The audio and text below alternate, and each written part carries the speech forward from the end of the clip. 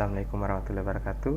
Perkenalkan, nama saya Dwiran Firmansyah dari Fakultas Teknik, Program Studi Tata Busana, Jurusan Pendidikan Kesejahteraan Keluarga, Universitas Negeri Makassar. Saya membuat video ini untuk memenuhi tugas final mata kuliah Komunikasi Bisnis yang dibawakan oleh Pak Fahri. Materi yang pertama saya yang akan jelaskan yaitu materi konsep dasar dan teori komunikasi.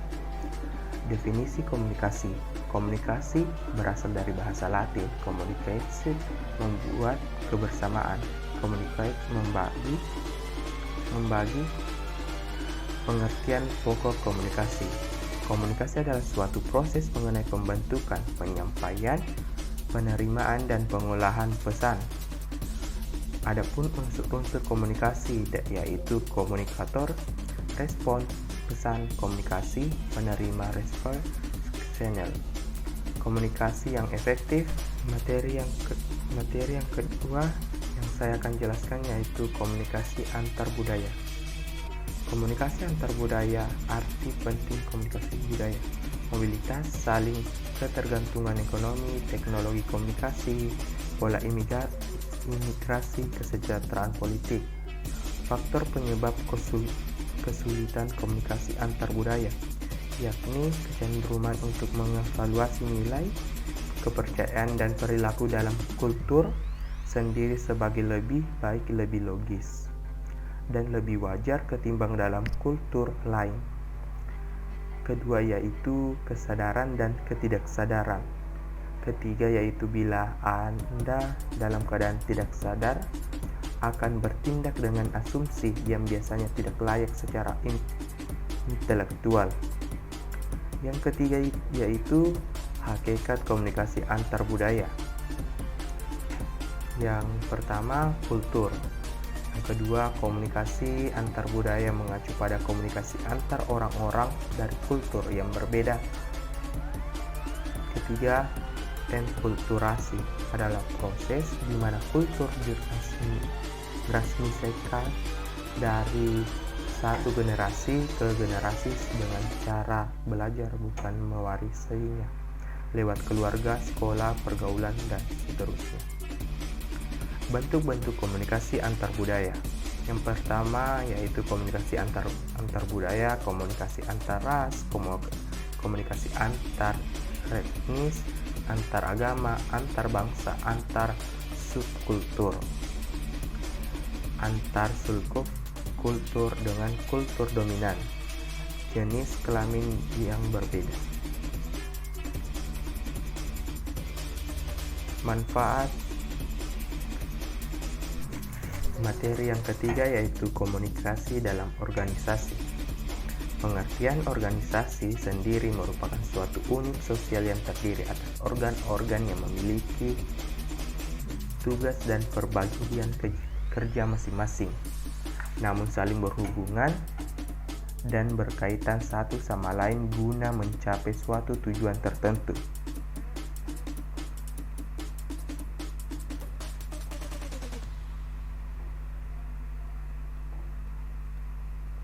Fungsi komunikasi organisasi.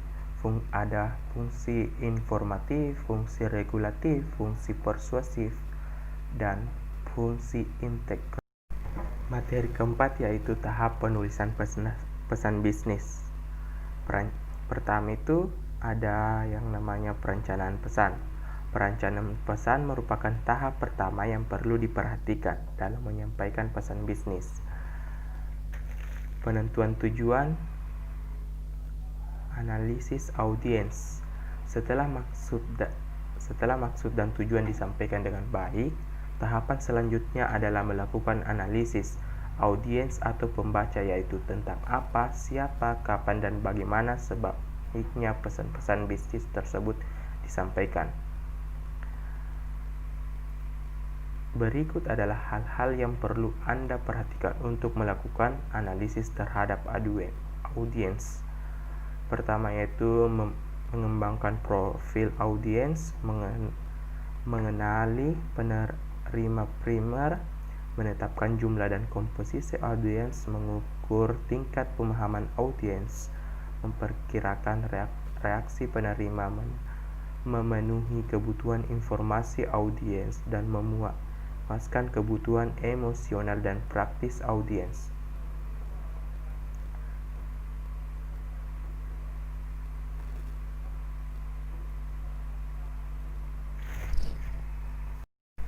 Materi kelima yaitu korespondensi. Korespondensi berasal dari kata correspondence dalam bahasa Inggris atau korespondentif dalam bahasa Belanda, yang berarti hubungan yang terjadi antara pihak-pihak yang terkait. Hubungan pihak-pihak yang terkait dalam bisnis biasanya bersifat resmi dan dilakukan dengan surat menyurat.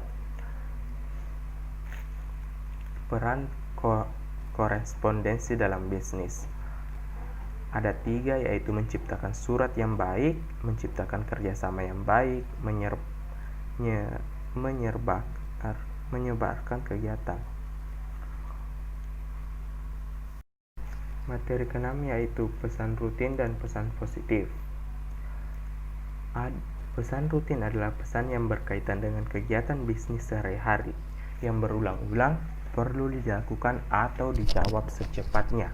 Pesan rutin sangat beragam, dengan menggunakan pendekatan langsung seperti surat masuk, surat keluar, memo yang berisi pesan barang, keluhan, rekomendasi, permintaan informasi, kredit, dan penawaran. Pesan rutin umumnya pendek dan sederhana. Kelebihan dan kekurangan. Keunggulan meningkatkan pemahaman secara komprehensif, menekankan pada hasil suatu analisis yang telah Anda lakukan. Kelemahan yaitu orang cenderung menyampaikan suatu proses berdasarkan cara berpikirnya. Materi ke-7 yaitu penyusunan pesan persuasif. Pengertian pesan persuasif berasal dari persuasi yang kata kerjanya adalah persuader, yang berarti membujuk, mengajak, atau merayu. Jadi, persuasi adalah setiap unsur yang mempengaruhi tindakan untuk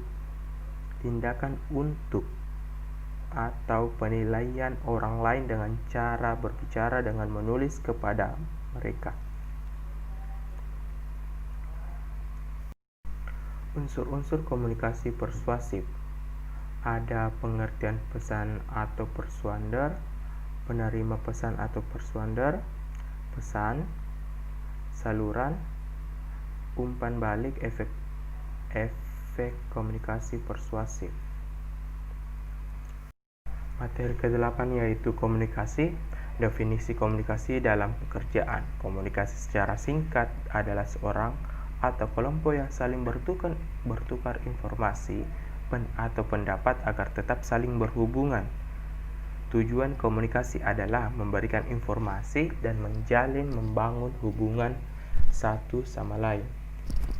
Komunikasi merupakan istilah yang sering dipakai untuk menunjukkan proses interaksi dalam masyarakat.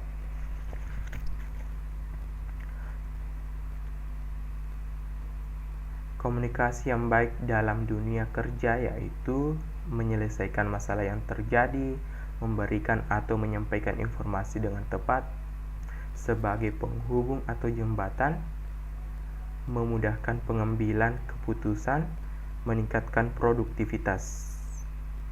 Materi ke-9 yaitu negosiasi.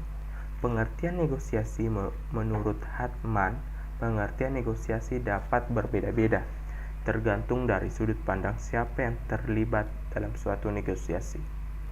Di dalam hal ini ada dua pihak yang berkepentingan dalam bernegosiasi, yaitu pembeli dan penjual. Lebih jelasnya bahwa negosiasi merupakan suatu proses komunikasi antar dua pihak yang masing-masing mempunyai tujuan yang sudut pandang mereka sendiri. Proses bernegosiasi. Tahap pertama, tahap perencanaan. Tahap perencanaan negosiasi membutuhkan 3 tugas utama, yaitu merencanakan sasaran negosiasi dan memperjelas proses negosiasi. Sasaran negosiasi adalah hasil yang diharuskan dalam bernegosiasi. Hal ini merupakan salah satu alasan utama mengapa seorang bernegosiasi. Penentuan saran sangatlah penting sebagai arahan atau petunjuk dalam bernegosiasi. Untuk mencapai kesepakatan kedua belah pihak, memang diperlukan strategi yang tepat. Proses negosiasi merupakan suatu proses tawar-menawar yang diharapkan mampu menghasilkan suatu kesepakatan kedua belah pihak yang saling menguntungkan. Tahap kedua yaitu tahap implementasi. Tahap implementasi merupakan tahap peranan atau tindakan yang diperlukan agar mencapai sukses dalam bernegosiasi. Implementasi negosiasi memiliki beberapa komponen penting antara lain. 1. Taktik cara Anda. 2. Yaitu taktik bekerja sama. Ketiga yaitu taktik tidak tindakan apa-apa. 4. Taktik melangkah ke tujuan lain. Tahap peninjauan negosiasi. Tahap ini merupakan tahap berlangsungnya suatu proses negosiasi. Ada beberapa alasan penting mengapa tahap peninjauan negosiasi perlu dilakukan antara lain. 1. Untuk memeriksa apakah Anda sudah mencapai tujuan Anda. Kedua, yaitu jika tidak maka hal itu dapat menjadi pelajaran sekaligus pengalaman yang sangat berharga bagi seorang negosiator. 3. Jika ya, maka pastikan apa yang tidak Anda lakukan dengan baik dan berguna kesuksesan Anda.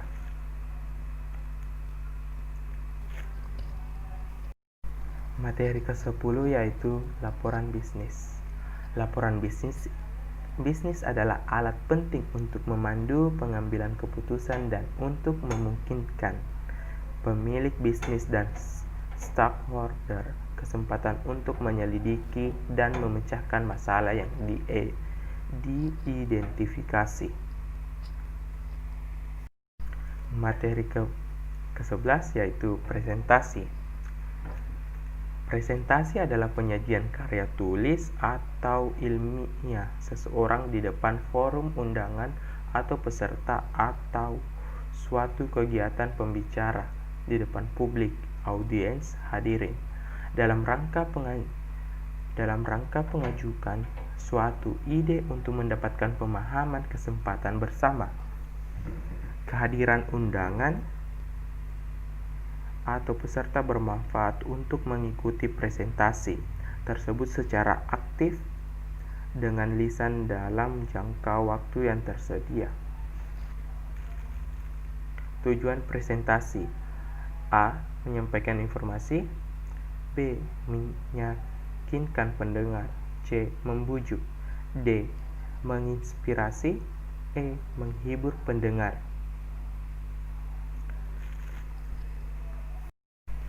Materi ke-12 yaitu Information Technology atau yang lebih dikenalnya dengan sebutan IT. Adalah istilah umum teknologi apapun yang membantu manusia dalam membuat, mengubah, menyimpan dan mengomunikasikan dan atau menyebarkan informasi. Fungsi IT, penerapan teknologi informasi, banyak digunakan untuk para usahawan, kebutuhan efisien waktu dan biaya. Tujuan IT: 1.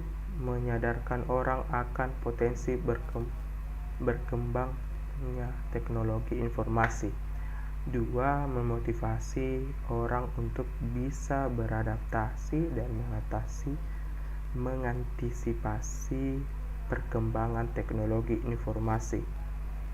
3. Mengembangkan kompetensi siswa. 4. Mengembangkan kemampuan belajar berbasis teknologi informasi. 5. Mengembangkan kemampuan belajar mandiri. itulah tadi 12 materi yang saya rangkum dan saya paparkan dan saya jelaskan kembali di dalam video ini. Jadi itulah tadi video saya. Wabillahi taufiq wal hidayah. Wassalamualaikum warahmatullahi wabarakatuh.